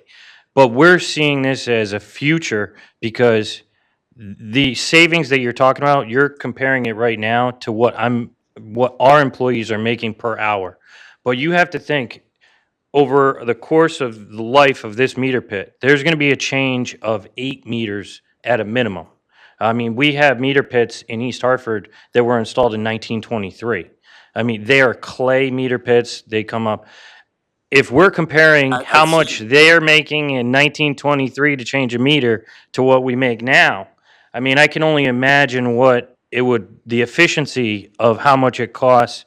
Say that costs $2,000 in 100 years from now, the cost of that could be saved in 15 minutes. We don't know, but the savings, efficiency wise, is what should be driving the company as well, because that's what's going to save the taxpayer, the towns.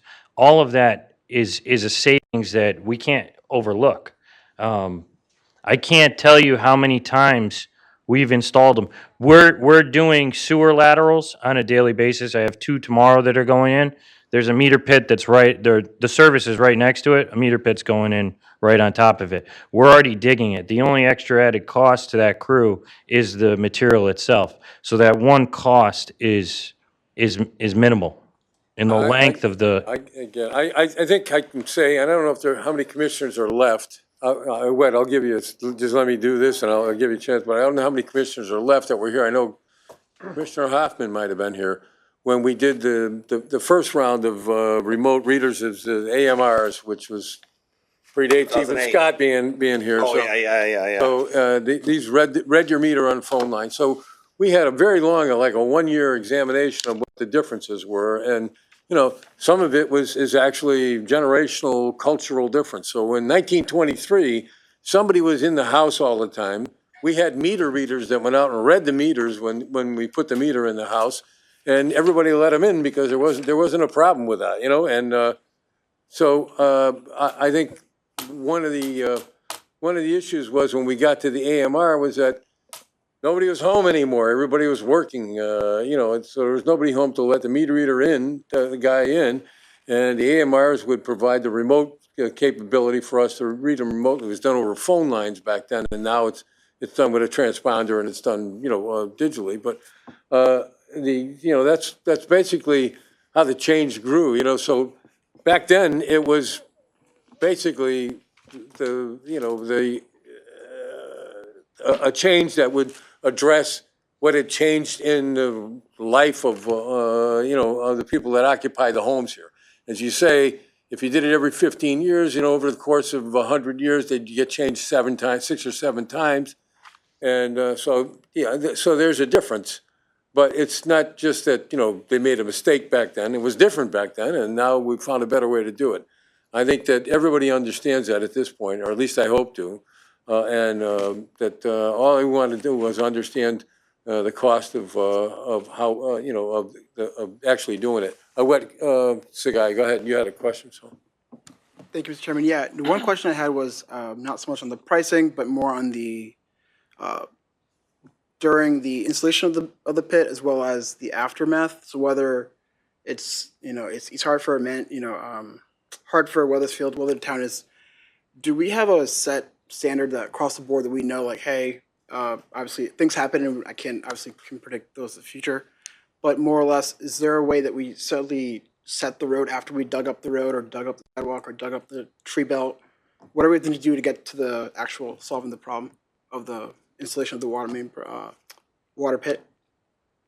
So I guess, final restoration after we install it? but yeah, from beginning to end, is there a set standard that we have adopted, whether it's internal or that some sort of external practice that we know that if we dig up the road or sidewalk, things are done, even if it's a temporary basis, we can just temporary cover it up, so make sure that folks can cross on it properly, drive safely, bikes, baby strollers, whatever, cross on the sidewalk, that it's safe to cross, and then obviously as they do work in the morning, tomorrow morning, they'll dig up again, block off, is there a set Yeah, standard? so we'll never leave one of our excavation Of course. unsafe for the day, so we always come back, and whether it be temporary asphalt on the sidewalk, and then we're following up, the towns have certain requirements that they require a settlement period, especially if we're digging up the road, and then we'll come back with our with our permanent restoration contractor to resolve that as well. But yes, to your point, yes, we do have standards. We do have a standard detail on a water meter pit install. So from the curb coming in, typically the water service shutoff is right at the property line, then followed by the meter pit close nearby. So those are all standard details.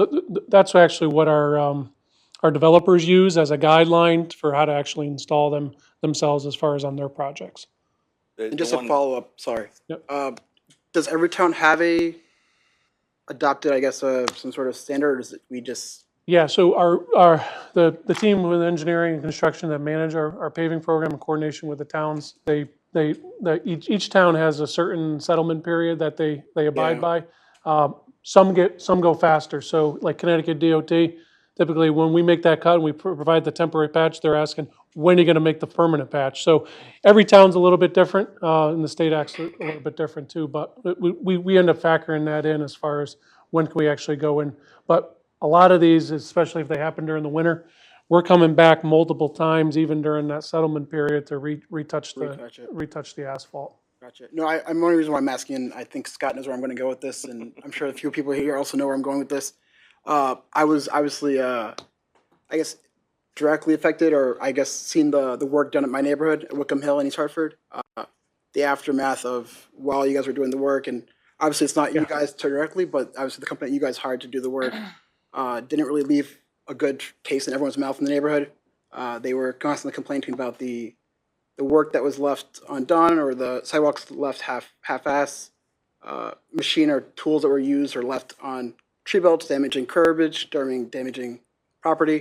So I guess I'm just trying to get overall, like, is there a way to resolve this for the next time? Obviously, I'm sure we're not the only one that might have been affected by this. So I'm sure other towns might have folks that complain. They just don't know who to complain to. Yep. Is there a way that we can, from now on, adopt some sort of, or at least reiterate to the companies that, hey, when we're doing work in any member town, that we have a certain set of guidelines we abide by, so we know that, for one, it hopefully affects fewer ratepayers, but also leaves a better taste in everyone's mouth about the MDC and the work you guys are doing to get this obviously done across the whole district overall.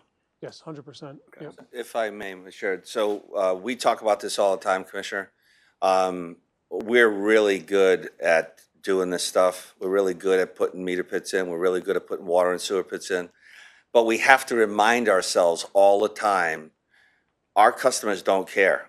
They care about their lawn, they care about their garden, they care about their sidewalk, and that's what we have to keep reminding ourselves. And we have issues all the time.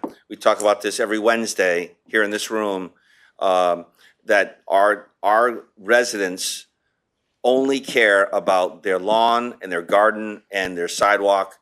And so we have to put effort into making sure that we achieve that goal for them. We actually, this past summer, with a number of complaints from grass growing, whether related to sewer or storm or meter pits, we actually started utilizing a landscaping contractor to help us. We were, unfortunately, a lot of our restoration contractors were the three contractors that we used. They were our on-call contractors, but they were also our paving contractors. And because we took on all this extra work in North Hartford, they were busy doing the work in North Hartford.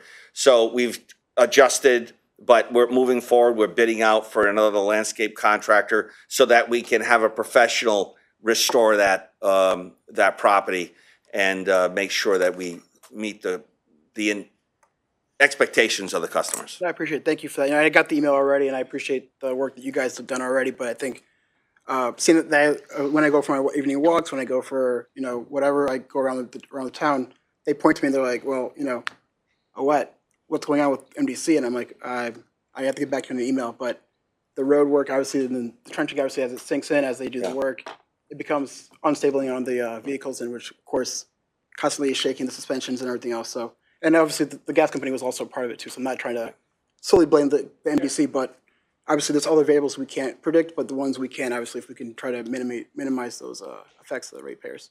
Appreciate That's a it. project we've been wanting to pay for the last 18 months, 24 months, to be honest with you. I'm glad we're going to be able to address it this October, though. Are there any other questions? Not so much a question, but just to respond to Wet, and Chris can correct me if I'm wrong, but with restoration work, when you dig up a yard, you've got maybe 10 yards on the street, it's gonna take a week or maybe more. Restoration folks aren't gonna come in until that whole street is done. Yes. Yep. But we, Anything else? yeah. And the only thing I would say, Scott, is I think the homeowners do care about something. They care about their lawn and they care about they their, do. they also care about their bill from the Yes, NBC yes, too they as do, well. that's So, for sure. and who knows what else they might care about? I might even care about something else. Chris, thank you. I think we have everything we need. If you can have that sent out, and I think that people can get through that. And if there's any remaining questions, we'll get them back to you at our next meeting. So, there's an opportunity for general public comments.